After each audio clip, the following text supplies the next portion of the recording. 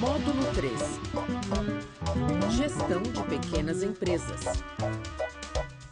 Mas eu não acredito que você insiste com isso, Maria. O que você não acredita? Não é possível um negócio O que não é desse. possível? Olha só, não faz o menor sentido. Como assim, Paulo Henrique?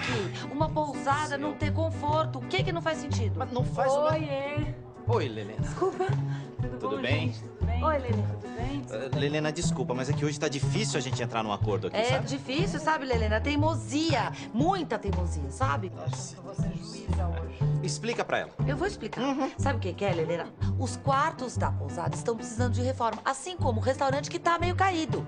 Pois é, Lelena, só que esse ano a gente já reformou a quadra de futebol e de tênis, a piscina semiolímpica, a sauna a seco e a vapor. Por isso mesmo, Paulo Henrique, nós precisamos olhar agora para a instalação interna da pousada. E você, por um acaso, sabe se a pousada tem condições de fazer um novo empréstimo? Tem? Tem? É isso que nós vamos ver. Vocês trouxeram um balanço patrimonial da pousada? Eu trouxe o balanço patrimonial. É claro, você que quer fazer essa. É claro, sou sempre eu que faço, né? Você vai ver que não vai dar. Não, é você que vai ver. Tá, você vai ver. Você vai ver. Eu Você falei sempre primeiro. vê.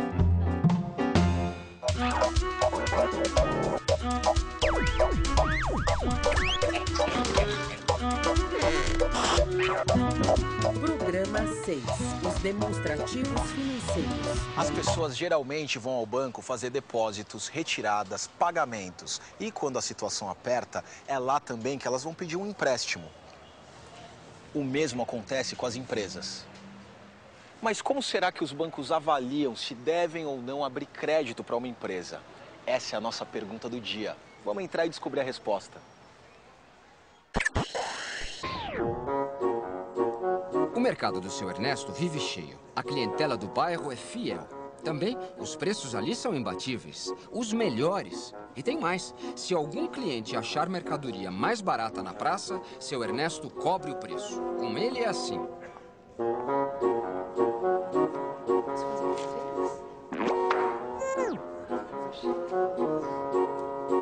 Seu Ernesto, por que o senhor não parcela as compras? Para ter o melhor preço, eu pago os fornecedores em 30 dias. Não dá para parcelar. Ah, o senhor precisa então ter liquidez. Só um instante.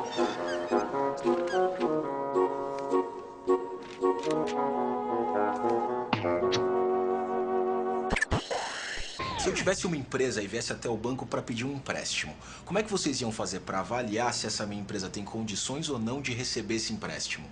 Ismael, o processo de avaliação de crédito de um banco, ele consiste em duas etapas básicas de avaliação.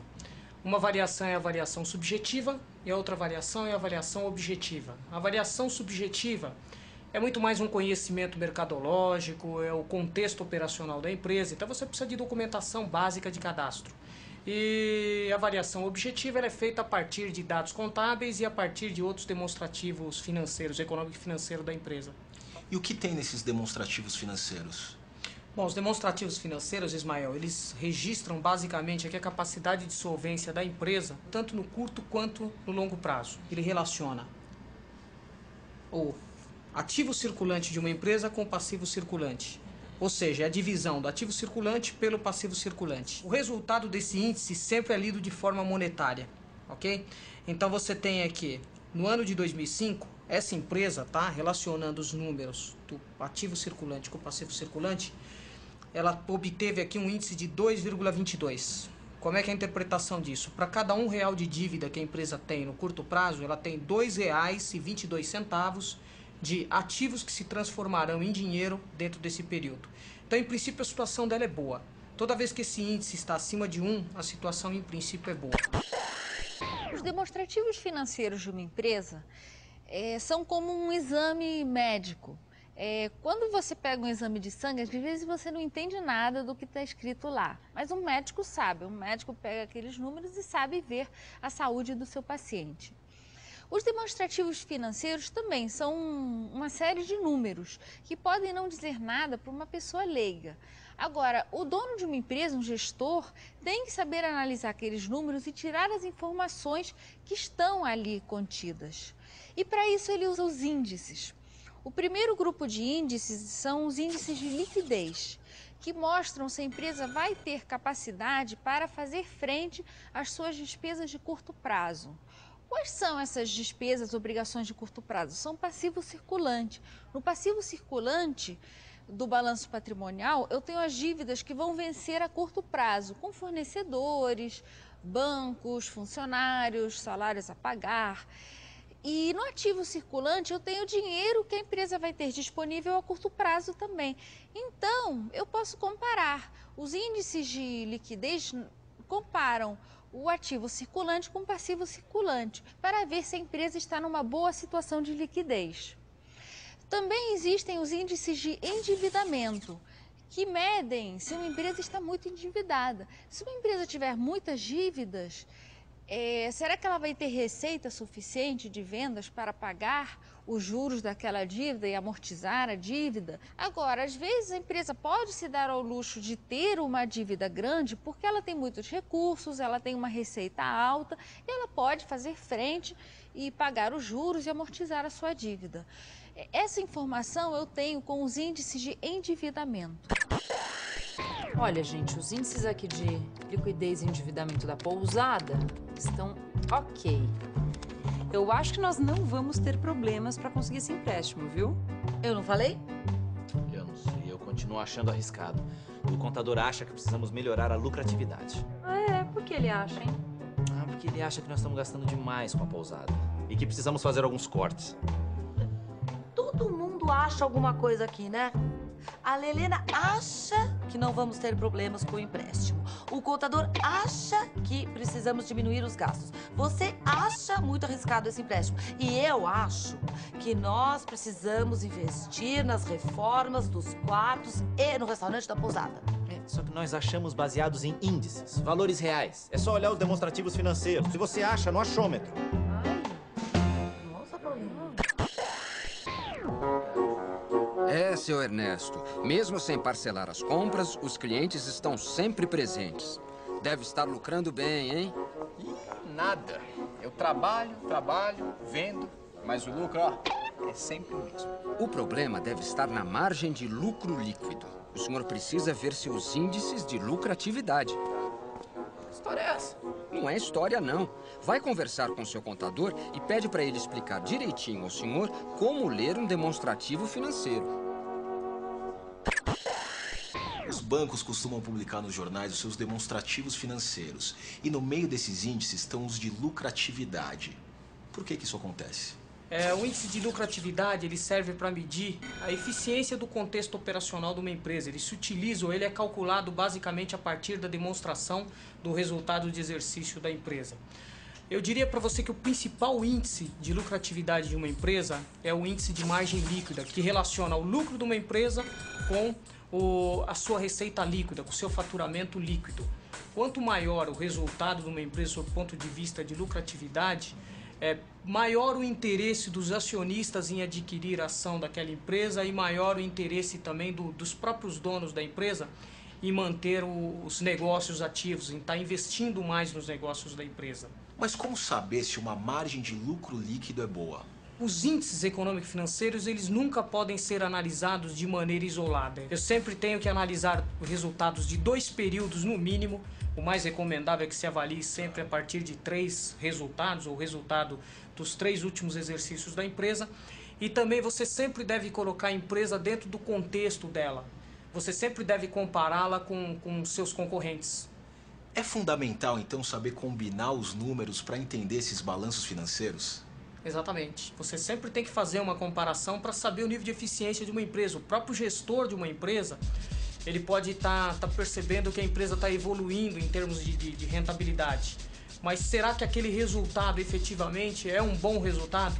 O principal parâmetro é a concorrência. Se o resultado dele estiver aquém da concorrência, embora evolutivo, se percebe que está ocorrendo uma ineficiência operacional. A empresa pode tomar algumas medidas para obter resultados mais satisfatórios e colocar em pé de igualdade com a concorrência. Nos demonstrativos financeiros, eu também tenho os índices de lucratividade, que mostram se o negócio está dando retorno para as pessoas que investiram nele. Então, eu posso comparar o lucro obtido com o total de capital investido na empresa, com o total dos ativos da empresa. E, com isso, os sócios têm uma ideia de qual é o retorno que eles têm pelo capital que investiram naquela empresa. O fim de ano ainda não chegou, seu Ernesto. Já vai fazer promoção? Já ouviu falar em giro de estoque? Essa conversa com o contador foi melhor do que eu esperava. Se o senhor quer diminuir o giro de estoque, é porque quer melhorar a eficiência do negócio. Mercadoria parada é dinheiro empatado. Eu quero aumentar meu lucro. Gostei de ver, seu Ernesto. É assim que se fala.